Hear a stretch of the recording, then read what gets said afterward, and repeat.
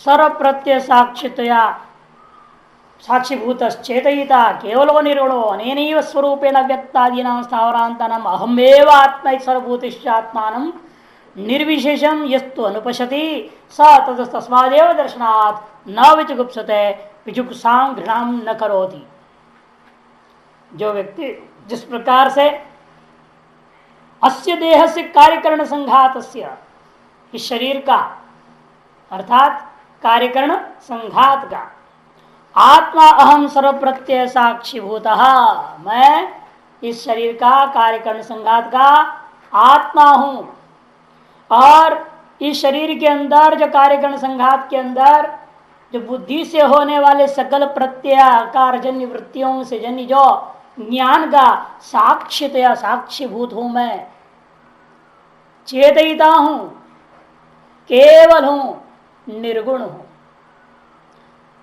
इसी रूप से अनेनैव स्वरूपेण, इसी रूप से क्या देख रहा है, इसी स्वरूप से मैंने चेतयित्व केवलत्व निर्गुणत्व सर्व प्रत्यय साक्षित्व रूपेण अव्यक्तादिनाम स्थावरांतानाम, अव्यक्त से लेकर के स्थावर पर्यंत सकल चराचरों के अंदर आत्मा अहमेव, मैं ही आत्मा हूं सभी के अंदर। इति सर्वभूतेषु च आत्मानं निर्विशेषम, सकल भूतों में अपनी ही स्वरूपभूत आत्मा को निर्विशेष रूप से जो गुरुमुख से श्रवण मन निध्यासन पूर्वक पश्यति अनुपश्यति, स वह व्यक्ति तथा तस्मादेव सर्वात्म दर्शनात्, सकल में आत्मदर्शन करने के कारण से ही अपने को ही सभी में देखा और सबको अपने से अभिन्न समझा, वह व्यक्ति दर्शनात् न विजुगुप्सते, विजुगुप्साम घृणाम न करोति, घृणा नहीं करता है। कहते हैं कि भाई ये कैसा हो सकता है, अपनी आत्मा को सर्वभूतात्मा मानने से, अपनी आत्मा को सर्वभूतात्मा मानना और सकल भूतों को अपने से अभिन्न कर लेना, यस्तु सर्वाणि भूतानि आत्मा भेदेन अनुपश्यति, ऐसे करने से कि विजुगुप्सा न गते फल आपने बता दिया। तो यह प्रश्न इतना ही है कि सर्व प्रत्यय साक्षी का तात्पर्य आपने समझा दिया। वे सर्वेशा प्रत्यानाम अंतःकरण वृत्तिनाम साक्षीभूतो अहम अस्मि चेतयिता, मैंने अस्य चेष्टयिता, चेतयिता का मतलब सकल चेष्टाओं को कराने वाला मैं ही हूं, मेरी सत्ता से इस कार्यकरण संज्ञा से सारी चेष्टाएं होती रहती है। केवलो, केवल कहने का जरूरत क्या पड़ा, कहते केवल वस्तुतः साक्षित्व धर्म रहता, वास्तव में मुझे साक्षित्व धर्म भी नहीं है, दृष्टित्व धर्म भी नहीं है, कोई धर्म नहीं है वास्तव में, इसलिए केवल हूं। और निर्गुण, ये नहीं है कार्य के समान ज्ञान इच्छा आदि गुण वाला नहीं समझना। इस प्रकार से तुम पदार्थ को शोधित करके स्वदेहात्मत्व न पश्यति तथैव सर्वभूतात्मत्व, जैसा अपनी देह का मैं आत्मा समझ रहा है, उसी प्रकार से सकल में भी आत्मा सर्वभूतों का भी आत्म रूपेण देखता है। अनेनैव स्वरूपेण, इसलिए कहा ये देहवर्तिना साक्षित्वादि घटित स्वरूपेण, अनेन स्वरूप मैंने इस शरीर में घटित जो साक्षित्व स्वरूप है, इसी स्वरूप से मैं सकल में व्याप्त हूं। इसलिए औपाधिक सुखित्व धर्म विभेदे भासमान अपनी, औपाधिक सुख दुखादि भेद तो दिख रहा सकल भूतों में, ऐसा होने पर भी नहीं तात्विकम ऐक्य दर्शन प्रत्यन्यते, तात्विक जो ऐक्य दर्शन है उसमें कोई बाधा नहीं है, क्योंकि आप जानते तो उपाधियों के भेद की वजह से अलग अलग गंध है कि नहीं है। तो सभी जैसे मकान है, सब मकान होते हैं, एक दो मकान है क्या, सैकड़ों मकान है दुनिया में, गांव गांव में है। और लेकिन जब एक घर में घुसो तो कुछ अलग सा गंध होता है, दूसरे घर में घुसो कुछ और ही गंध होता है। हर घर का अपने गंधी अलग होते हैं, वहां रहने वालों का, उनका खाने पीने वाला सबके ऊपर निर्भर है, वो गंध अलग हो जाता है। और जो पूजा पाठ कर्म कांड घर में जाओ तो बड़ा सुगंध रहता है हमेशा, है नहीं, वो अगरबत्ती जलाएगा, भस्मी लगाएगा, पता नहीं धोएगा, शुद्धि करेगा, बिल्कुल साफ सुथरा रखता है, उसका अलग ही सुगंध रहता है। और जो दिन भर रात प्याज लहसुन छौंक रही है, वो कर रहे अटरम सटरम खा रहे, मांस अंडा पका रहे, उस घर में घुसो तो बस धक धक पहुंच के नरक में जैसे है। मकान तो मकान है, लेकिन हर मकान उपाधि को लेकर के मकानों का दोष नहीं है। मकान में क्या फर्क पड़ना है, ऐसा रहने वालों का दोष था, उसके बाद गंध वगैरह बदल गया। इसी प्रकार से उपाधि का भी दोष नहीं है, उपाधि में रहने वाले विशुद्ध दृष्टिया पारमार्थिक एक आत्म दृष्टिया भी कोई दोष नहीं है, लेकिन उसमें रहने वाले अंतःकरणों का दोष है। वो अंतःकरण के अपने अपने वासनाओं की वजह से, अपने अपने संस्कार गुण कर्म की वजह से सुख दुख आदि बदलते ही रहते हैं। अतः न मकान में दोष है, न अन्य चीजों में दोष है, आत्मा में दोष है। जैसे शरीर रूपी मकान में कोई दोष नहीं, आत्मा में भी कोई दोष नहीं, किंतु इसमें रहने जो अंतःकरण है, जो अहंकार का व्यवहार कर रहा है, उसी में सारा दोष है। और उसकी वजह से सुख दुख आदि का भेद होता है। अतएव सकल भूतों का आत्मा अपने आप को मानने के तो दृष्टिया सकल भूतों में अपने आप को देखने में भी कोई आपत्ति नहीं है। ऐक्य दर्शन में यह भेद किसी प्रकार का बाधक नहीं होता है, ये इनका कहना है। स्वरूपेण अनेनैव स्वरूपेण व्यक्तादिनां स्थावरांतानां आत्मानं निर्विशेषम, इसलिए आत्मा का निर्विशेष और साक्षात्तादीना एक रूपम मित्र, अपनी आत्मा को अन्य में रहने वाले आत्माओं से कुछ विशेष नहीं समझता है। ऐसे कुछ लोग कहते हम ब्रह्मज्ञानी हूं, सब बाकी सारी आत्माएं अब्रह्मज्ञानी है करते हैं ना, तब मैं एक ब्रह्मज्ञानी हूं, तब ऐसे मान ले फिर क्या हुआ, दूसरा सब शरीरों में रहने वाला आत्मा अब्रह्मज्ञानी हो जाएगा या नहीं। आप अपने आप घोषित कर दो मैं श्रोत्र परमश परिव्राजकार अमुक डमुक करके, फिर किसका मतलब क्या हुआ, बाकी सब वो नहीं है, ये तो सिद्ध हुआ ना। फिर सर्वात्म भाव कहाँ हुआ। ये भावना चाहिए कि हम आत्मा है तो सभी महात्मा है, हम ब्रह्मज्ञानी सब ब्रह्मज्ञानी है कि सभी मैं ही हूं, तो दूसरा ही कहाँ। जब सभी मैं ही हूं तो मैं ब्रह्मज्ञानी सब ब्रह्मज्ञानी है, मैं अज्ञानी सब अज्ञानी है। और बाकी उनके अंदर ज्ञान है अज्ञान से क्या लेना, आपके अपने दृष्टि को तो खराब मत करो ना। अपने दृष्टि में क्यों राग द्वेष और ऊंच नीच कर रहे हो। मैं ब्रह्मज्ञान दूसरा अब्रह्मज्ञानी, ऊंच नीच मत करो, अपनी दृष्टि ठीक करो। उसके दृष्टि में वो ब्रह्मज्ञानी है कि अज्ञानी है कि वो जाने उसके काम जाने, तुम्हारा अपना दृष्टि क्या होना चाहिए, वो मुख्य है। इसे कहते हैं बाह्य जो भेद है वो आपके आत्मिकत्व दर्शन में बाधक नहीं होता है। इसी को ध्यान रखते शब्द भाषाकर प्रयोग किया आत्म निर्विशेषम। उससे पहले तो सविशेष है ना, पहले क्या है, सब सविशेष में चल रहे हैं। एक क्लास में देख लो 40 बच्चे हैं, वो कहते हैं मैं फर्स्ट रैंक स्टूडेंट हूं, वो तो फेल स्टूडेंट है। भेद है ना वहां पर, सविशेष है वहां। यहां भी आ जाता वो सीनियर है जूनियर है, महात्मा होकर के क्या सीनियर जूनियर है भाई, वो सीनियर है हम जूनियर है, हम कैसे करें, ऐसे ऐसे विचार करते हैं। बड़े महाराज है छोटे महाराज है, तो सविशेष कर दिया आपने। कुछ भी भेद किसी प्रकार का भी करते हैं तो सविशेषता पैदा कर देता है। और आप क्या अपने आत्मस्वरूप से आप उसी सविच्युत हो गए जहां आप सविशेष दृष्टि को अपना लेते हैं। व्यवहार के लिए भी सविशेष दृष्टि जो दिख रहा है वह भी बाधित व्यवहार है, सत्य व्यवहार नहीं है। प्रारब्ध कर्म से ज्ञानी का शरीर से बाधित जो व्यवहार हो रहा है, जो उसमें भेद दिखाई दे रहा हो, वह भेद उसके लिए सत्य न होने से उसके स्वरूप की जो आत्मिक दर्शन में कोई आपत्ति नहीं रहता है। वह अपने निर्विशेष रूप से ही देख रहा है। यस्तु अनुपश्यति, यस्तु अनुपश्यति पुनर्यच्छब्दोपादानम अन्वय प्रदर्शनार्थम। पुनः जो भाष्यकार ने यह क्यों बोल दिया, शुरू में तो लिए ही है, यह परिव्राट मुमुक्षु सर्वाणि भूतानि से शुरू किए थे भाष्य। मंत्र में तो एक ही यह शब्द है, आप दोबारा यह क्यों ले रहे हो। यह प्रश्न जब उठा तब टिप्पणकार जवाब दे रहे, वास्तव में अन्वय करने की सुविधा से दोबारा कह दिया जा रहा है। ये नहीं कि भाष्य में दो यह शब्द या दो यत भाष्य में लेना चाहिए, ऐसी बात नहीं है। न मंत्र में है न लेना है, कि भाष्यकार ने केवल अन्वय करने के लिए प्रयोग किया। यस्तु अनुपश्यति क्रिया के साथ संबंध जोड़ने के लिए कहा है। वो भी कैसे अनुपश्यति क्यों कहा, अनुपश्यति क्यों कहा, तब कहते हैं आचार्य मुखात ईशावासम इत्यादि उपदेश श्रवणानंतरम इति अनुशब्दार्थ।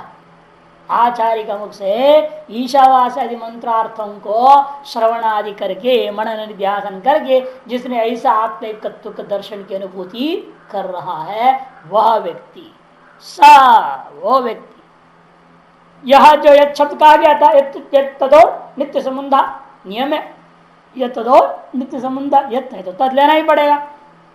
भले मंत्र में नहीं है तो भी सह करके आपको लेना चाहिए। स तो विजुगुप्सत है, मंत्र में स नहीं है लेकिन अध्यार कर लिया जाता है।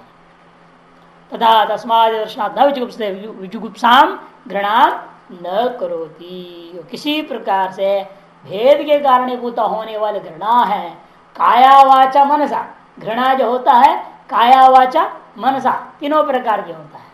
उसके शरीर हमारे शरीर को नहीं छूना चाहिए, एक काया है, उसे उठना बैठना नहीं, खाना पीना नहीं, ऐसा जो भेद बुद्धि है वो जो होती है वो काया घृणा होगा। वाचा घृणा उसे बोलचाल नहीं करना, बोलचाल बंद।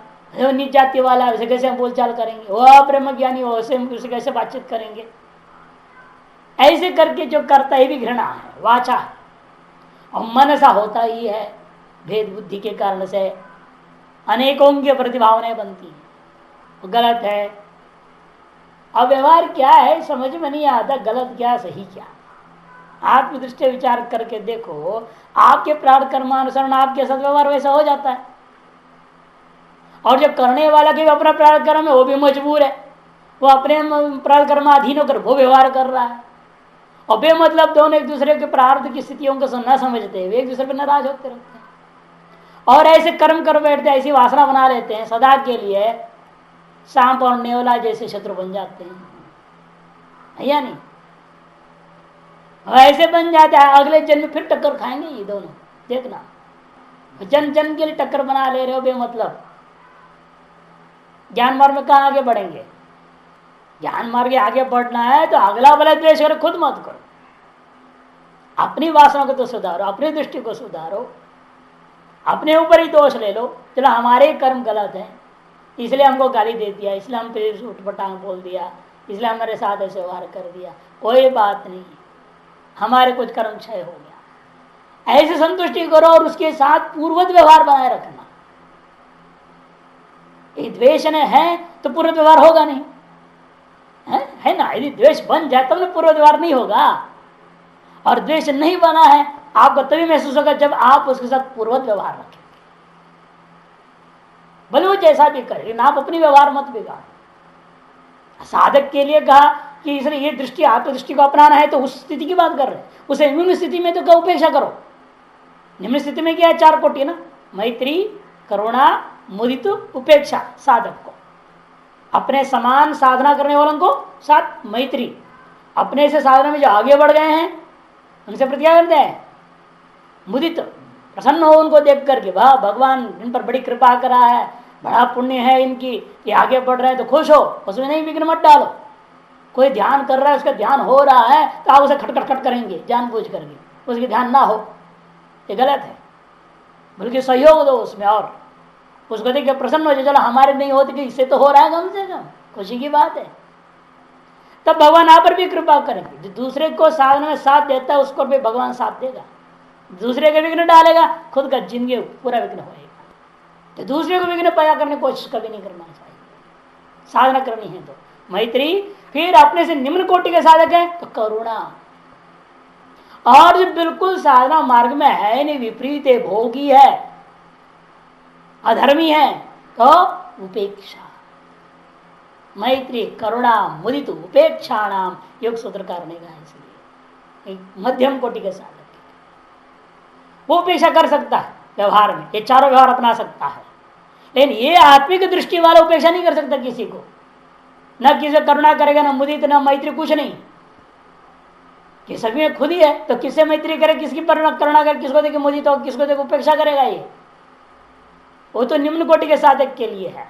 ये उत्कृष्ट कोटि का साधक की बात हो रहा है, जो आत्मिक दर्शन करने के बाद में बाह्य व्यवहार से कोई भी कुछ भी आपके साथ कर रहा हो, लेकिन आपकी अपनी दृष्टि आत्मा का दृष्टि बना रखते हुए उसके साथ व्यवहार में कोई अंतर नहीं होनी चाहिए। पूर्वत करना है, ना उपेक्षा करना है, ना मुदित है, ना करुणा है, ना मैत्री है। ये उत्कृष्ट साधक का है। और अपना उत्कृष्ट नहीं मानते मध्यम कोटि में रहो, फिर साधक बनना है नहीं तो तुम अपने गृहस्थी में चले जाओ, राग द्वेष करो। गृहस्थी हो तो ठीक है, अच्छी बात, जैसा भी है तेरा कर्म है, वो भी तुम्हारे कर्म है ना। इसे निर्भर होता है कि जो है आप किसके साथ कैसा क्या व्यवहार करेंगे और अपने आप को किस स्तर का मान रहे हैं उसके ऊपर निर्भर है। इसलिए कहते हैं कि दर्शनात् न विजुगुप्साम घृणाम न करोति। कहते हैं ऐसा तो नहीं है, विजुगुप्सा का यहाँ पर जो फल के लिए आत्मिक दर्शन की विधि की जा रही हो। कहते प्राप्त सैव अनुवादो, यह प्राप्त का अनुवाद है, यह कोई अपूर्व विधि नहीं है। ये ना समझे अनुमान कर लो या विधि कल्पना कर लो। ब्रह्म विद्या विजुगुप्सा निवृत्ति कामो कर्तव्या श्रोतव्या। ब्रह्म विद्या श्रोतव्या, ब्रह्म विद्या श्रवण करनी चाहिए। किसको? जिसको विजुगुप्सा रूपी निवृत्ति रूपा फल की इच्छा हो तो। जैसे कहते दर्श पूर्णमासाभ्याम स्वर्ग कामो ये चेता, इसी की तरह से हम कहेंगे जो है ब्रह्म विद्या विजुगुप्सा निवृत्ति कामो शृणुयात्। ऐसा विधि मान लो, कल्पना कर लो। कहते हैं ऐसा नहीं हो सकता, क्योंकि यहाँ प्राप्त का ही अनुवाद किया जा रहा है, अप्राप्त का विधि नहीं है। कैसे? उस पर बड़ा सुंदर टिप्पणी देखिए। यहाँ पूर्व पक्षी कहेगा रात्रि सत्र न्याय एक न्याय है। मीमांसा दर्शन में विचार किया है, एक याग रात्रि सत्र नामक याग है, उसको याग मानना चाहिए नहीं मानना चाहिए उस पर प्रसंग करते हुए का उसी वाक्य में एक फल वर्णन हुआ, प्रतिष्ठा रूपा फल। जैसे यहां पर क्या है, इसी वाक्य में विजुगुप्सा अभाव का फल है ना, न विजुगुप्सेत का दिया। तो विजुगुप्सा अभाव या विजुगुप्सा निवृत्ति ना, घृणा न करोति, मैंने विजुगुप्सा की उसके अंदर से निवृत्ति हो गई है। ये जो विजुगुप्सा निवृत्ति नाम घृणा निवृत्ति नाम का फल या कथन हो गया है। एक ही वाक्य में जब ऐसा हो तो उस वाक्यस्थ अन्य बातों को उस फल के लिए विधि मानना चाहिए। ऐसा पूर्व पक्ष रात्रि सत्र न्याय को लिया। रात्रि सत्र न्याय का मंत्र नीचे दिया, देखो प्रतिष्ठन्ति हवा एता रात्रि रूपयन्ति इत्यत्र यथा ये प्रतिष्ठा संति तयेव रात्रि रूपयो एताः रात्रि उपेयोरिति रात्रि सूत्र विधिच्यते। वहां पर वर्णन किया, मंत्र इतना ही है, प्रतिष्ठन्ति हवा य एताः रात्रि ही उपयंती। ये मंत्र, इस मंत्र के में रात्रि सत्र याग नामक चीज को विधान मान लिया मीमांसा में। क्यों? प्रतिष्ठा रूपी फल का विधान है। और का यथा ये प्रतिष्ठा संति तयेता रात्रि ही उपेयुरिति, ऐसा वो बना लेते हैं। जो यह लोग प्रतिष्ठा माने प्रतिष्ठा की कामना कर रहे हैं, वे लोग रात्रि सत्र नामक याग को करना चाहिए। ऐसा एक रात्रि सत्र नामक याग का विधान की कल्पना कर लिया उस वाक्य से। उसी पर यहाँ पर भी देखो, यस्तु सर्वाणि भूतानि विजुगुप्सा निवृत्ति कामो निरुक्त दिशा आत्मदर्शनम कुर्यात् इति विधिरेव विवक्षते है ना। यस्तु सर्वाणि भूतानि इस वाक्य में भी ऐसे विधि की आप कल्पना कर लीजिए। ये विजुगुप्सा निवृत्ति कामना रखने वाला जो पुरुष है, उक्त दृष्टिकोण उक्त दिशा में आचार उपदेश आदि के द्वारा ईशावास्य मंत्रार्थ को ज्ञान करते हुए श्रवण निध्यासन पूर्वक जो है एतादृश फल की कामना करता है, वे करना चाहिए, आत्मदर्शन प्राप्त करना चाहिए। ऐसा विधि हो सकता है। तथा च ईशावास्यमित्यादयो मंत्राः कर्मसु अविनियुक्ता असंगतम भाषितम। फिर तो पहले आपने जो शास्त्रार्थ करके सिद्ध किया था, क्या सिद्ध किए थे आप शास्त्रार्थ करके? ये सिद्ध किया था ना कि ये जो ईशावास्यादि मंत्र है किसी कर्म का शेष नहीं हो सकता। ये आपने कहा था, अब वो गलत हो गया, ये भी विधि हो गया। इस विधि को मैं किस मंत्र को विनियोग करूंगा? ईशादि मंत्रों को आत्मदर्शन रूपा कार्य के लिए, जिसका फल क्या है? विजुगुप्सा निवृत्ति। उस फल के लिए ईशावास्य मंत्रार्थ ज्ञान होना, ये हो गया अंग हो गया। अतएव उन मंत्रों का विनियोग हो गया, आपका कथन गलत साबित हो गया। यदि चेत न, ऐसा नहीं कह सकते। विधेय से कर्मत्व न पाया, क्योंकि जो विधेय है निश्चित रूप में कर्म होता ही है। यदि आरे काम ने आशंका ईशा जो है ऋणद्धि, आशंका को रोक कर कहा जा रहा है कि नहीं नहीं नहीं, प्राप्त सीव अनिवादो यम इति। जैसे अग्नि में के विषय में कहा हिम निवर्तकत्वस्य लोकत प्राप्तत्वाद अग्निर्हिमस्वेशमिति अनुवाद है। हिम निवृत्ति का वो अग्निम प्रतिवालयेत यदि कल्प्यमान विधिर न कल्पते। इधर से वाक्य अग्नि हिमस्य भेषजम, क्या इस वाक्य को भी आप कहोगे फिर विधि वाक्य है? क्योंकि अग्नि हिम का निवर्तक है, लोक सिद्ध है, ठंडी को दूर करने वाला है, तो उस लोक सिद्ध को अनुवाद कर रहा है ना। इस अनुवाद वाक्य को भी विधि पर ले लोगे, फिर ये कहना पड़ेगा जिसको जो है हिमनिवृत्ति की कामना है वो अग्नि को जलावे, ऐसे विधि माननी पड़ेगी।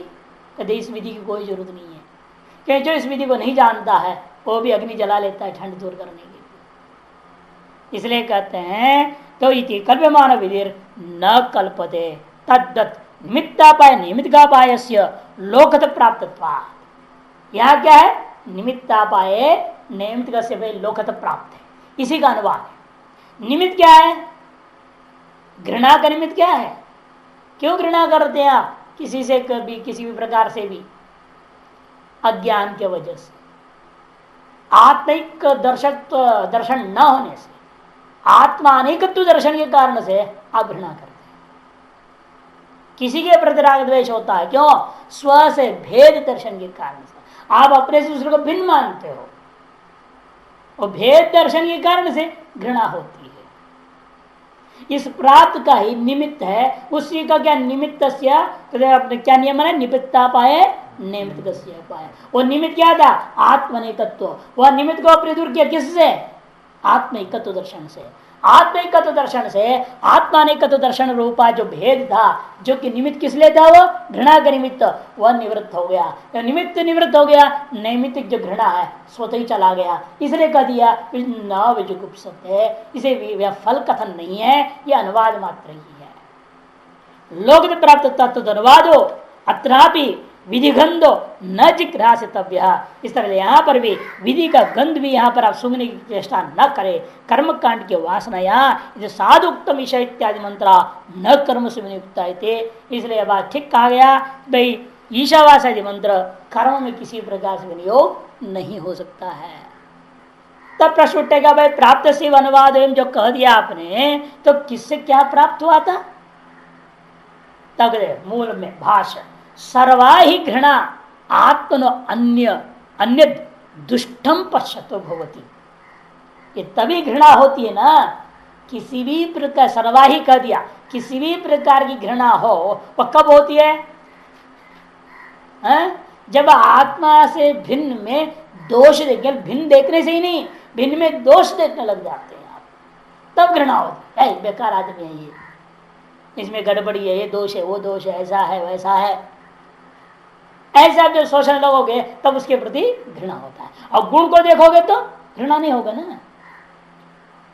अभिन्न देखने से घृणा नहीं हो सकता, भिन्न होने पर गुण देखने से घृणा नहीं हो सकता, किंतु भिन्न होने पर जब दोष देखोगे तब घृणा सर्वा ही घृणा आत्मनो अन्यत दुष्टम पश्यतो भवति। आत्मानमेव अत्यंत विशुद्धम निरंतरम पश्यतो न घृणा निमित्तम अर्थांतरम अस्ति। क्योंकि जो है घृणा निमित्तम अर्थांतरम न स्थिति प्राप्तमेव। क्योंकि जो है आत्मा को जो अत्यंत विशुद्ध मान रहा है, निरंतर विशुद्ध मान रहा है, जो वह व्यक्ति के अंदर घृणा का निमित्त कोई और चीज उपलब्ध ही नहीं रहा, तो घृणा कैसे करेगा? अतः प्राप्तता का ही अनुवाद हो रहा है, अप्राप्त का विधि नहीं है। नीचे टिप्पण प्राप्त से अनुवाद मित्युक्तम, तो किं केन कथम प्राप्तम, किन केन कथम, यही तो है ना विधि का मूल आधार। किसी भी विधि को मानना है तो मूल आधार यही तीन है, किम केन कथम, किम भावेत, केन भावेत, कथम भावेत। भावना, जो अर्थ संग्रह में समझा चुके हैं, शाब्दी और आरती दोनों प्रकार की भावनाओं में किम केन कथम यह अत्यंत महत्वपूर्ण है। यह भी विधि मानना चाहोगे तो किम केन कथम मानना पड़ेगा। अनुवाद है तो भी किम केन कथम ही रहेगा, किसे सब प्राप्त है ये बताना पड़ेगा। न जिस हिस्से में अप्राप्त इस हिस्से में जो हम प्राप्त विधि कर डालेंगे, इसे तीनों ही पूर्व से प्राप्त है, उसके लिए अनुवाद यह कथन किया जा रहा है। ये दिखाने के लिए कर रहे हैं भाई किम केन कथम प्राप्तम इत्येतद् विशदयन आह सर्वाहि इत्यादि अन्यत्रापि अदुष्टे न घृणा। क्योंकि इसलिए ये कहना पड़ा भाष्यकर को, अन्य दुष्टम क्यों कहा, आत्मा से अन्यत पश्यतो सीधा कह देते, इसलिए टिप्पणकार कहते हैं आत्मा से भिन्न होने मात्र से घृणा नहीं होता। जैसे आप अपनी आत्मा से अपने पत्नी की आत्मा मानते, पत्नी को मानते हो, बच्चे को मानते हो, भाई बहन को मानते हो, उनसे घृणा होता है क्या? नहीं होता है। आप पड़ोसी से घृणा कर ले तो लड़ाई झगड़ा हो गया इसीलिए। और घर के अंदर में भाई भाई में घृणा हो जाएगी, जिस दिन लड़ाई हो जाएगी जमीन जायदाद को लेकर तब घृणा होगा, नहीं तो कहां से होना है, नहीं तो घृणा नहीं हो सकता। तब तक सब कुछ ठीक है, सब एक दूसरे के प्रति देवता है, भगवान है, सीधे साधे बहुत अच्छे हैं, बहुत बढ़िया रहते हैं। जिस दिन बंटवारे के मामला आ जाए फिर तब कौन किसके लिए कितना कुर्बानी करने वाला है, असली परीक्षा उस दिन होती है, उससे पहले थोड़ी है, उससे पहले कोई परीक्षा नहीं। उस समय असली परीक्षा होता है, कौन किस लिए क्या कुर्बानी दे रहा है। कुर्बानी है राम की कथा में, जब भाई भाई के लिए नहीं, जब भाई भाई के लिए भी नहीं था, वो विभीषण जब शरणागत आया तब विभीषण को स्वागत कैसे किया, राम ने कहा लंकाधिपति आइए। विभीषण ने सोचा अब यदि मान लो लड़ाई हार जाए तो क्या होएगा, तो थोड़ा अप्रसन्न था। तो राम जी पूछे भाई तुम अप्रसन्न क्यों हो, आप लंकेश हो असलियत में, और कुछ दिनों में आपको गति बिठाएंगे हम।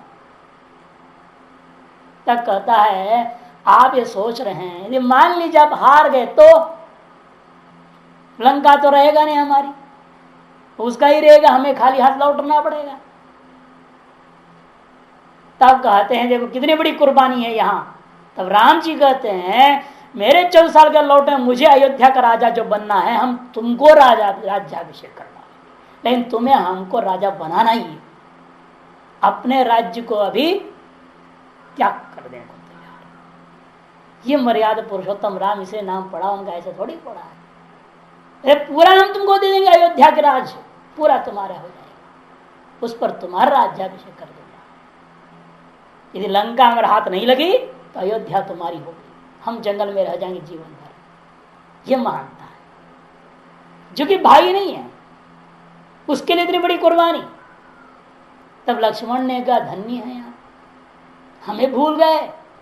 तो लक्ष्मण को क्या कहते हैं, अरे भाई तुम तो अयोध्या का राजधानी क्यों सोच रहा है, धरती की राजधानी क्यों सोचता है, तुम तो सदा मेरे साथ तीनों लोकों में रहो।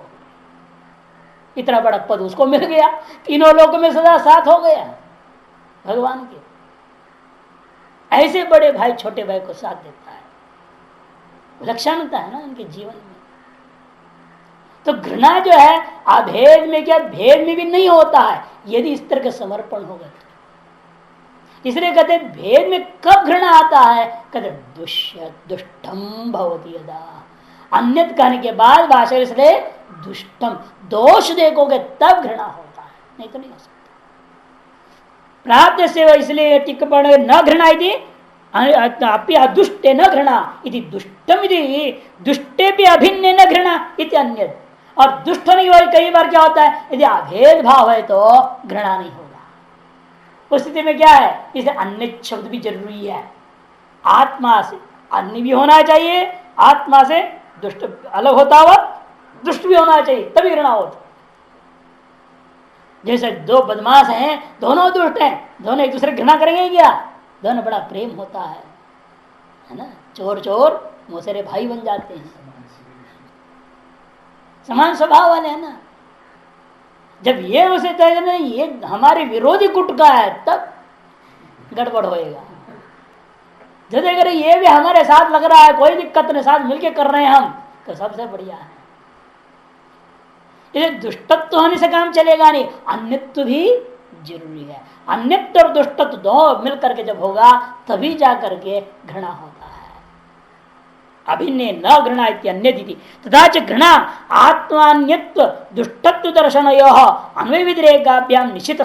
इसे घृणा जो है आत्मा से अन्यत्व और दुष्टत्व इन दोनों को दर्शन का अन्वय व्यतिरेक के द्वारा निश्चित है। कार्य कारण भाव से अन्यत्वानुपत्ति अन्यत्वादि दर्शनाभावे घृणा भाव से, और कार्य कारण के जो भाव है वो अन्यथा की अनुपत्ति के आधार पर हम यहाँ आत्मिक दर्शन होने के बाद अन्यत्व और दुष्टत्व दोनों नहीं रह जाता है, अतः निमित्त चला गया, निमित्त घृणा भी चला जाता है, अतएव प्राप्त ही है, यहाँ अप्राप्त नहीं सिद्ध हो गया। घृणा भाव प्राप्ति भाव आत्मा अत्यंत विशुद्धम, ऐसे कैसे हो गया? क्योंकि अपने आप को वह अपने स्वरूप को कैसे देख रहा है? अत्यंत विशुद्ध देख रहा है। एका भावे घृणा भाव सूत्रांतो उभया भाव भाव, एका भावे घृणा भाव, कभी एक का न होने पर भी जो है घृणा का भाव जब हो सकता है, जब अन्यत्व और दुष्टत्व दोनों नहीं रह गया, अन्यत्व नहीं रहा तो भी घृणा नहीं है, दुष्टत्व नहीं रहा तो भी घृणा नहीं है। और आत्मज्ञानी के अंदर, आत्मिक दर्शी के अंदर अन्यत्व दुष्टत्व जब दोनों नहीं देखता किसी भी उपाधि में, तो उसके अंदर घृणा कैसे हो सकती है कि नहीं? एक सत्य भी द्वयम नास्ति के आधार पर एक हो अन्यत्व और दुष्टत्व न हो तो भी घृणा नहीं, दुष्टत्व अन्यत्व न हो तो भी घृणा नहीं है। और आत्मिक दृष्टि करने वाला तो कहना ही क्या है, कर्म तक लग गया, इसके अंदर दोनों का ही अभाव हो गया। न यह किसी के अंदर अन्यत्व देख रहा है, न किसी के अंदर दुष्टत्व देख सकता है, स्वभिन्नता सर्वमेवा। ऐसी स्थिति में यह घृणा कैसे हो सकता है? असंभव हो गया ना। इसलिए स्वतः निवृत्त हो गया ये तात्पर्य। सूत्राम उभया भाव, सूत्रांत तो उभया भाव भाव निरंतरम अविच्छिन्न एतार्श अविशुद्धि वह अविच्छिन्नता पूर्वक देखता है, यानी कि कुछ समय के लिए, हाँ सुबह वेदांति हो गया और दोपहर में गृहस्थी, शाम को ब्रह्मचारी, रात्रि में जब वह भोगी, ऐसा नहीं हो सकता है ना। ऐसे भी लोग होते हैं, ऐसा नहीं होना है। इसे कहते निरंतरा मन अविच्छिन्न मित्य इति प्राप्त में तो दो नैत्या, इसलिए प्राप्त है, अतएव जो है क्यों प्राप्त हुआ तो कारणवाद कर दिया, दूसरा कारण कर दिया, ये घृणा का निमित्त नहीं रह गया। क्योंकि घृणा का निमित्त यही है अन्यत्व विशिष्ट दुष्टत्व, यही घृणा का निमित्त है। इसके अलावा और कोई निमित्तांतर निमित्तम अर्थांतरम नास्ति प्राप्तमेव ततो न विजुगुप्सत। इसीलिए उसके अंदर जो है नोच्यमानो घृणा भाव अर्थापत्ति प्राप्ति, अतएव जो है बिल्कुल ही उसको क्या हुआ कि आत्मिक दर्शन की वजह से यह पूर्वतः ही प्राप्त जो फल था वह प्राप्त हो गया। ठीक है ना, प्राप्त का अनुवाद में यही है। तो कहते ठीक है, ये बात आपने जो कहा मान लिया गया। अब जो इस मंत्र में का अर्थ है उसी को अगले मंत्र में भी कहा जा रहा है। पहले भी दो मंत्र इस तरह से आए थे, अभी भी दो मंत्र इसी प्रकार से आए। कारण क्या है? पहले जवाब दे चुके हैं, मंत्रणाम चामिता नास्ति, मंत्रों में आलस्य नहीं है, अर्थात मंत्र दृष्टा में आलस्य नहीं होता है। चेतन धर्म में आलस्य लेकर कहा गया था। इमम एव अर्थम अन्योपि मंत्र आह, भाष्यकार अवतरण का देते हुए कह रहे हैं इमम एव अर्थम, जो पूर्व मंत्र में छठे मंत्र में कहा हुआ अर्थ को ही और दृढ़ करने के लिए अन्योपि मंत्र आह, दूसरा वह मंत्र भी कह रहा है यस्मिन् सर्वाणि भूतानि थी, यस्मिन् सर्वाणि भूतानि आत्मैवाभूत विजानतः तत्र को मोह का शोक एकत्वम् अनुपश्यतः। यस्मिन् का दो अर्थ लिया जाता है, जिस काल में अथवा जिस आत्मा में, जिस काल में मध्यम आधिकारिक दृष्टिकोण से, जिस आत्मा में उत्तम आधिकारिक दृष्टिकोण से, क्योंकि भृंगी कीट न्याय लागू होता है इसमें काले के लिए। भृंगी कीट न्याय में क्या हो रहा? भृंगी कीट न्याय में होता क्या है?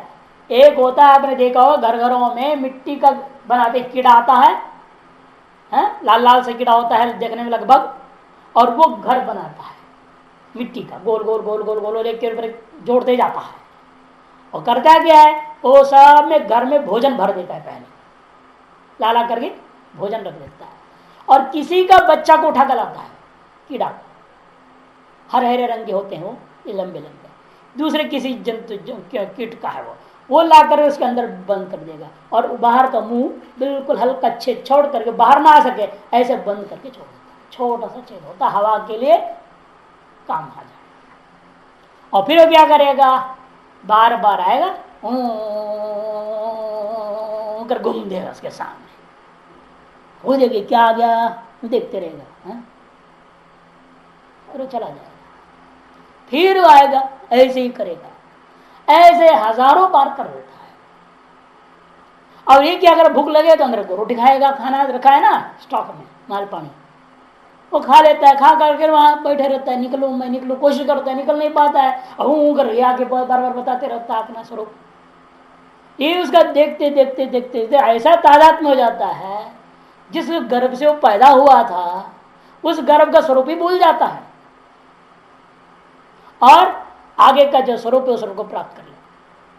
जब ये देखता है कि हाँ ये तैयार हो गया है, मेरा नकल हो गया है, स्वरूप धारण कर लिया है, तो वो किनारा को फोड़ देता है, फिर पंख मारता है, जैसे बाहर आ जाता है, और देखता मेरा चेहरा हो गया, मेरा चेहरा रंग गया पक्का रंग में, ठीक रंग गया,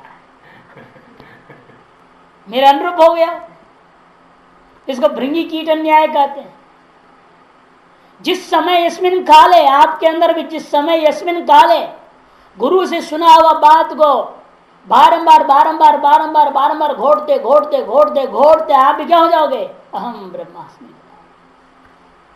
जब तब सर्वाणि भूतानि आत्मैव भूत, सारा भूत जो है संपूर्ण भूत क्या हो जाएंगे, अव्यक्त से लेकर स्थावर पर्यंत सकल भूतों आत्मैव भूत, परमार्थ तत्व के दर्शन हो जाने से तत्वदर्शी के लिए क्या होगा, संपूर्ण भूत आत्मा ही हो जाएगा। विजानतः, परमार्थ वस्तु को विजानतः मैंने जो है उस समय में अपने आत्मा में इस प्रकार से अनुभूति के कारण से वह भी क्या हो जाता है, तो ऐसी स्थिति में उसको फल क्या है, तदर को मोह कहा शो कहा एकत्व अनुपश्यता। उस समय या उस आत्मा में जो एकत्व को देखने वाला, तत्र मैंने यहां भी तो अर्थ लेंगे, उस समय और उस आत्मा में जहां एकत्व को देखने वाले को, उस समय में या उस आत्मा में एकत्व को देखने वाले को क्या शोक हो सकता है या क्या मोह हो सकता है, अर्थात नहीं हो सकता है। ये तो आत्मा को न जानने वाले कोई हुआ करते हैं। ये दोनों के दोनों का शोक और मोह। मोह क्या है, शोक क्या है, आवरण का कार्य मोह है, विक्षेप का कार्य शोक है। आवरण से क्या हो गया, मोह हो गया। अपने आत्म स्वरूप का जब आवरण हो जाता है, हम अगले के असली स्वरूप पता नहीं चल पाता है। हल्का अंधकार से वस्तु ढक गया, आप रज्जु को नहीं पहचान पाए। अंधकार भी आवरण की वजह से उस वस्तु में मोह हुआ, विक्षेप के कारण उसमें शोक उत्पन्न हो जाएगा। मोह और शोक, आवरण और विक्षेप का कार्य, ये दोनों ही कहां हुआ करते हैं, अज्ञानी में। आत्म एकत्व दर्शन करने वाले में न आवरण है न विक्षेप है, अतएव न शोक है न मोह है न शोक है। मंत्र का सामान्य अर्थ हो गया। यहां पर भी देख लीजिए, पूर्व मंत्र में जिसे कहा सर्वेषु आत्मानं च पश्यति, वो हिस्सा यहां नहीं आया। पूर्व मंत्र में उत्तरार्ध के तीसरे पाद में जो था सर्वभूतेषु च आत्मानं, वो यहां नहीं लिया जाता है। केवल अभेद दृष्टि का मंत्र को लिया, जहां पर आधार आधे भाविष्ट है वो हिस्सा को त्याग दिया। वो तो अत्यंत मंदाधिकारी के लिए, इसे मध्यम और उत्तमाधिकारी की चर्चा में करना है यहाँ। इसलिए क्या किया, पूर्वार्ध यस्तु सर्वाणि भूतानि आत्मैव अनुपश्यति, आत्मनिव कर क्या किया था हम लोगों ने, अभेद आत्मा एवं अनुपश्यति तीर्थात्मा ही अनुपश्यति, तो उसी को यहाँ लेकर के कह दिया सर्वाणि भूतानि आत्मैव भूत, केवल पूर्वार्ध का आत्मिक दर्शन को लिया है यहाँ, उसी के आधार पर फल विपतन कर दिया। सर्वेशु आत्मा ये वेष्टि दृष्टि है, सर्वेशम आत्मा समष्टि दृष्टि है, और सर्व एव आत्मा परमात्म दृष्टि है। तीनों दृष्टियों को समझना है। सर्वेशु कह दिया आपने, अपने सामने रहने वालों में सभी में वेष्टि दृष्टि से देख रहे हो आप, सर्वेशु आत्मा अस्ति, सर्वेशम आत्मा अहमेव, ये हो गया समष्टि दृष्टि से, और सर्वएव आत्मा हम, ऐसे यदि कर लोगे तो वो परमार्थ दृष्टि हो जाती है। वेष्टि दृष्टि मंदाधिकारी के लिए है, और समष्टि दृष्टि उत्तम मध्यमाधिकारी के लिए है, परमार्थ दृष्टि उत्तमाधिकारी का अपना स्वरूपभूता दृष्टि है। इममेव अर्थम अन्य मंत्र भाष्कर वाक्य कर देखो, यस्मिन् सर्वाणि भूतानि, यस्मिन् मने यस्मिन् काले यथोक्त आत्मनि वा, यस्मिन् का मतलब यस्मिन् काले यथोक्त आत्मनि वा, जिस काल में अथवा जिस आत्मा में पूर्वोक्त, पूर्व यथोक्त मैंने कौन सी, जो पूर्व चर्चित जो निर्गुण निराकार ईशावास्य से कथित जो सर्वव्यापक आत्मा, उस आत्म स्वरूप में तानी एवं भूतानि, वे ही भूषण से क्या लिए थे, ये पंचमहाभूत नहीं, अव्यक्तादि स्थावरांतानि सबको लेना, माया से लेकर कीट पतंग पत्थर मोड़ा सब लेना।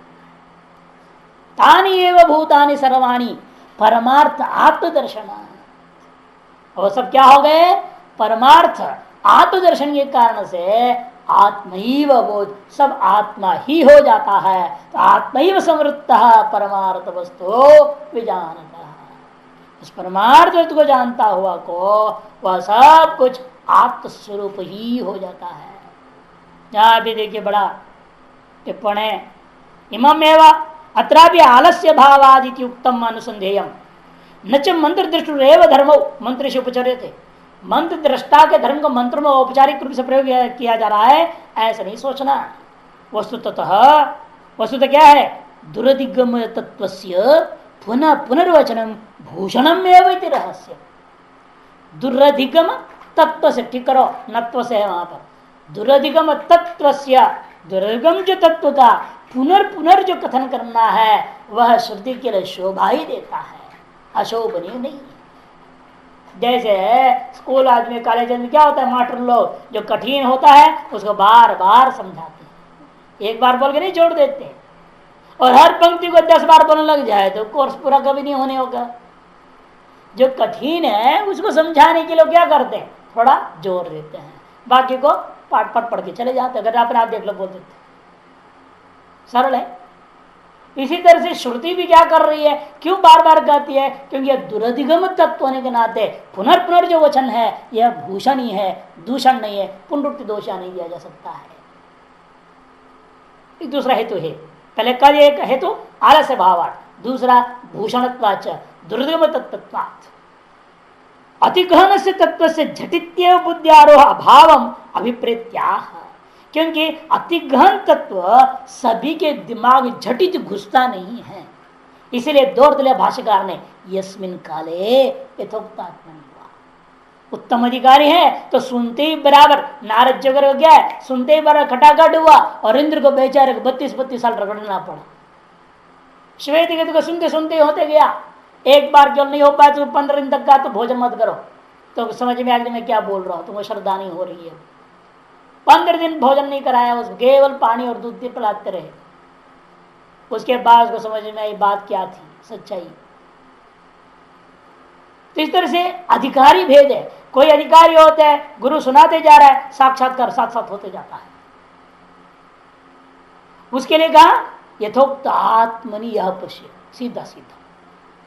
और दूसरा सुनने के बाद अभ्यास करते करते करते करते करते यस्मिन काले यस्मिन जन्मनि वा, हम तो और भाग्य बढ़ के बोल देते हैं, और यस्मिन काले कह रहे इस जन्म में ना हो तो इधर यस्मिन जन्मनि वा, ये जोड़ लो, है ना।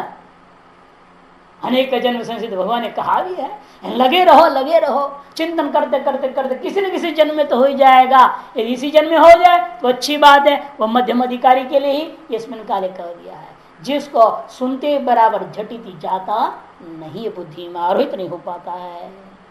अधिकारी दौर्लभ्यम व अथवा वास्तविक अधिकारी तो इस संसार में दुर्लभ है, इसे पहला इसमें काले अर्थ ले लिया। क्यों? यही अधिकारी ज्यादा है। सुनने के बाद समझ में नहीं आता, इससे ज्यादा है। समझने पर अनुभव में नहीं आता, और ज्यादा है वो। श्रृणवंतो भी यम न विद्यु, कठोर परिषद में कहा है। इसीलिए एक तो सुनने को ही नहीं मिलता, और सुनने के बाद समझ में नहीं आता। समझ में आ गए तो अनुभव नहीं आता, ये बड़ी समस्या है। क्यों? अपनी वासना कहने के बाधक हो जाते हैं।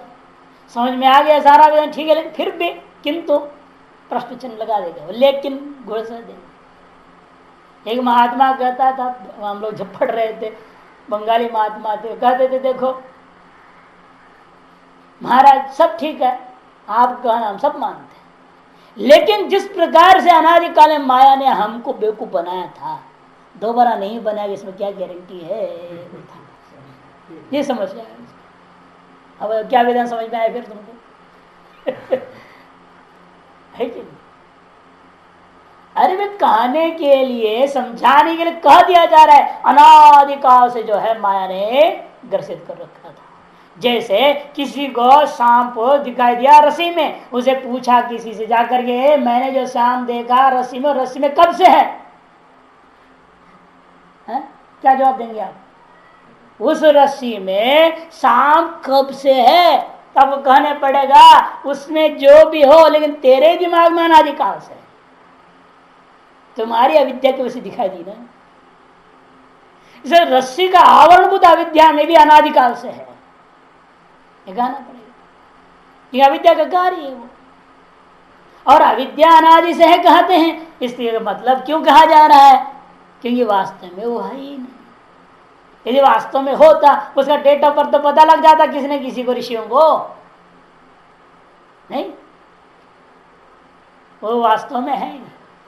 जो वास्तव में है नहीं, उसको आप क्या आप करते क्या है? आपको सृष्टि का वास्तविक डेट ऑफ बर्थ मालूम है? नहीं मालूम,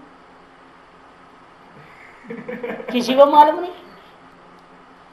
अब संकल्प करते हो, संध्या वंदन में करे द्वितीय परार्धे कर दिया, पंडितों ने जोड़ रखा है, और आप मान लिए कि हाँ ब्रह्मा जी का 50 साल हो गया है, 51वां साल चल रहा, द्वितीय परार्ध है।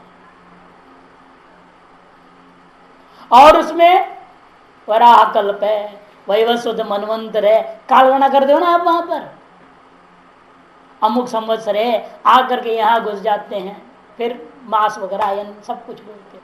यहाँ जब इस प्रकार से आप बोलते हैं तो काल की गणना आप करोगे नहीं कर रहे हो। लेकिन ब्रह्मा जी का 51वां साल तुम कह रहे हो, ब्रह्मा जी का जन्म कब हुआ था? 51 साल पहले, ये कहना पड़ेगा उसकी 51 साल पहले। लेकिन उसकी 51 साल पहले जो ब्रह्मा पैदा हुआ था, उससे पहले सृष्टि थी कि नहीं थी? ब्रह्मा जी कहां से है? नहीं तो ये ब्रह्मा जी कहां से टपक गए? तो इन्होंने सृष्टि बनाया बोल रहे हो ना, ये कहां से टपके? कहना पड़ेगा उससे पहले सृष्टि थी। धाता यथा पूर्वम अकल्पित मंत्र कहा जाता है। यथा पूर्वम मतलब पहले भी था, वो उससे पहले पता ही नहीं कब से, इसलिए अनादि कह दिया जाता है। और मांडव कार्यकार तो कहते इसलिए अनादि वो व्यक्ति जवाब दे रहा है जिसकी बुद्धि में डेट ऑफ बर्थ पता नहीं है ना, बुद्धि का दिवाला हो गया, सारे शक्ति सोचने की, सारे कार्यकारण भाव, सारी युक्तियां, सारा अनुमान फेल हो जाए जब, तब अनादि कह दिया जाता है। क्या करें? और सच्चाई में वो चीज है ही नहीं, जो उसी को मान लिया जा रहा है वो अनादि से है, इसलिए मेरे को संसार दिख रहा है। जिस संसार दिखाई देना बंद होगा तब आपको पता चला अविद्या थी, न वो अनादि है। दोनों बात खत्म हो जाती है। इस व्यवस्था के लिए है ना। जैसे आप गणित में जवाब निकल क्या करते हैं, लेट इट बी एक्स लिखते हैं, एक्स हो, फिर उसको लेकर आप गणित करते हैं। असली जवाब क्या था? एक्स आ जाता है क्या? नहीं, कुछ और जवाब हो जाता है। उसे हम कहते लेट इट बी अनादि, अविद्या माया, अनादि। रिजल्ट क्या निकलेगा? It is not there at all, वो है ही नहीं, है ना। अनादि एक एक्स जैसा है, जवाब कुछ और निकला, उसे वो अनादि तो अपना भंग हो गया जब जवाब में आपने देखा वास्तव में है ही नहीं, तो अनादि कैसे हो सकती है? इसलिए कहते हैं ये जो कहा जाता है यस्मिन काले वगैरह और अधिकारी भेद से कहा गया, इसे टिप्पणकार कहते हैं साफ साफ जो है अधिकारी भेद के कारण से बात कही गई है। अधिकारी दौर्लभ्यम व यस्मिन विवक्षितम इत्याशयन यथोक्तात्मनीति अनेजद इत्यादि न रूपेण अवगत आत्मनित्यर्थ। अनेजद इत्यादि मंत्रों के द्वारा अधिगत जो आत्मस्वरूप है उस आत्मस्वरूप को विजानतः ऐसा है। तानि भूतानि अव्यक्तानि सर्वाणि भूतानि, ये होता है अभ्यास के अधीन हो जाता है। रामकृष्ण परमहंस की जीवनी में कहानी आती है, वो अनेकों संप्रदायों का अनुष्ठान किया अपने जीवन में, हर चीज को अभ्यास करके कोशिश करते हैं कि इसमें क्या देखा जाए, उसमें क्या देखा जाए, क्या सच्चाई है। एक बार इसे प्रकार करते कर सखी संप्रदाय के बारे में जब सुना, वो सखी की भावना से भगवान की पूजा करने लगे और ऐसी उनकी अंतकरण शुद्ध इतना रहा कि भावना करने कुछ ही दिन के अंदर उनके सारा स्त्री का लक्षण शरीर में आने लग गया। पत्नी बोल रही क्या कर रहे हैं आप, क्या साधना कर रहे हो आप, जो औरत हो रहे हो, स्तन आ रहे हैं आपके, बाल लंबे इस तरह से हो रहे हैं, सब गड़बड़ हो रहा है। वो पत्नी के कारण फिर साधना छोड़ गए, वापस बना पुरुष की भावना किए तो वापस पुरुष हो गए। कुछ समय बीच में स्त्री की चिन्ह उनके अंदर आ गए, स्त्रीत्व का चिन्ह, ऐसे उनकी जीवनी में लिखा है। तो इसका मतलब क्या है, आप जैसी भावना करेंगे वैसे होगा। यो यथा माम प्रपद्यन से तथैव भजाम्य, गीता जी में इसलिए भगवान समर्थन इसी मंत्र के आधार पर कह रहे हैं। वहां पर जैसी भावना करोगे वैसे हो जाएगा। सखी की भावना किया, सखी हो गए। ब्रह्म की भावना करो तो ब्रह्म हो जाओगे। भैंस सोहम यथा प्रसिद्ध दृष्टांत है हमारी, है ना। हाँ, भैंस नहीं है लेकिन भैंस हम कर लो। तद्वत यथाभिमत ध्यानाद्वा, यथा अभिमत ध्यानाद्वा योग सूत्र है। तज्जप तदर्थ भावना, इसलिए कहा कि जब मत करो, उसके अर्थ की भावना करो। जब अर्थ की भावना करोगे उस अर्थ को तुम प्राप्त कर जाओगे, उस अर्थ की प्राप्ति हो जाएगी आप। इसलिए सब श्रुति श्रुति इस प्रकार से सूत्रकार वगैरह कहते हैं तज्जप तदर्थ भावना यथा ध्यान, दोनों योग सूत्र है, दोनों जगह बात कही गई है। तो चाहे श्रुति हो चाहे स्मृति हो चाहे सूत्र ग्रंथ हो, सभी जगह देखने को मिलता है आपको। इसलिए मध्यम अधिकारी के दृष्टिकोण से भाष्यकार ने यहाँ यस्मिन् काले जो कहा है उचित ही बनता है।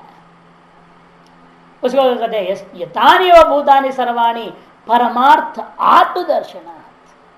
परमार्थ विशेषण दिया, आत्मदर्शनात् कहते आप लोग जीवात्मदर्शनात्, परिच्छिन्न आत्मदर्शनात्, ऐसा अर्थ न ले लें आप। इसलिए विशेषण दिया परमार्थ आत्मदर्शनात्। परमार्थ आत्मदर्शन क्या है? जीवो ब्रह्मैव, जीवो ब्रह्मैव, जीव ब्रह्म अभेद है, एकत्व है, सर्वव्यापक है, अनेक आदि लक्षणों से कथित है। उस आत्मा का दर्शन से आत्मैव भूत, आत्मा ही हो जाता है। आत्मैव संवृत्त, आत्मैव भूत कर दिया, आत्मैव संवृत्त, आत्मस्वरूप को सम्यक प्रकार अपनी वृत्तियों से व्याप्त कर लेता है। अर्थात कि सारे भौतिक बुद्धि की वृत्तियां आत्मस्वरूप नहीं, वही सबको ग्रहण कर लेते हैं, कहीं भी किंचित भी भेद नहीं रह जाता है। किसको कर दिया ऐसे? परमार्थ वस्तु विजानतः, परमार्थ वस्तु विजानतः। कि सर्वात्म भाव की प्राप्ति में ज्ञानातिरिक्त साधन बिल्कुल नहीं है। सर्वात्म भाव दर्शन की प्राप्ति में एतार्श उपनिषद ज्ञान के अलावा और कोई दूसरा साधन नहीं है, क्योंकि इसी में उस परमार्थ वस्तु का ज्ञान दिया गया है, जिसके आधार अभ्यास करने से यस्मिन् काले तथोक्तात्मा में आपको सर्वात्म भाव का दर्शन हो जाएगा। इसी बात संकेत करते हुए कह दिया परमार्थ आत्मदर्शनात् और परमार्थ वस्तु विजानतः, दोनों जगह ये विशेषणों को दिया गया है। तत्र मैंने तस्मिन् काले, तत्र आत्मनि वा, यहाँ विसरे तत्र का दो अर्थ करना पड़ेगा ना। यस्मिन् काले तस्मिन् काले, यत्र आत्मनि तत्र आत्मनि, यत्र यथोक्तात्मनि कहा था, तत्र तथोक्तात्म, ऐसे यहां भी समझ लेना। को मोह कहा शोक है, को मोह कहा शोक, शोकश्च मोहश्च काम कर्म बीजम अजान तो भवति। जो इस यथार्थ आत्मा को न जानता हुआ आदमी है ना, उसी के अंदर काम और कर्म का बीज शोक और मोह हुआ करते हैं। शोक का निवृत्ति के लिए कर्म करोगे, मोह की वजह से कामनाएं करते रहो। थोड़ा विपरीत कर्म रखा हुआ है शब्दार्थ की सुविधा बोलने में। शोकश्च मोहश्च काम कर्म बीजम ऐसे कह दिया। वास्तव में शोक निवृत्ति के लिए कर्म करता है, मोह के वजह, मोह के निमित्त से क्या होता है, कामनाएं होती है, मोहवशात कामनाएं होती है, और वो कामना की पूर्ति नहीं हो रही है, इसलिए आप शोक होता है। और शोक निवृत्ति फिर कर्म करो, पहले कामना की प्राप्ति के लिए कर्म किया, वो गड़बड़ा गया तो शोक हुई, फिर शोक निवृत्ति के लिए फिर कर्म करेगा, ये चक्कर में चलते रहता है। कामना पूरी हुई तो भी कर्म करेगा और कामना को बढ़ाने के लिए, है या नहीं। इच्छा जगती है, एक बार पूरी हुई तो और इच्छा मजबूत हो जाता है, और वो चाहता है और वो चाहता है, ये समस्या है। इसलिए कहते कि देखो को मोह का शोक से तात्पर्य, शोक और मोह जो काम कर्म का बीज है यह है, और वो किसके अंदर हुआ करता है, अजानतो कार्य।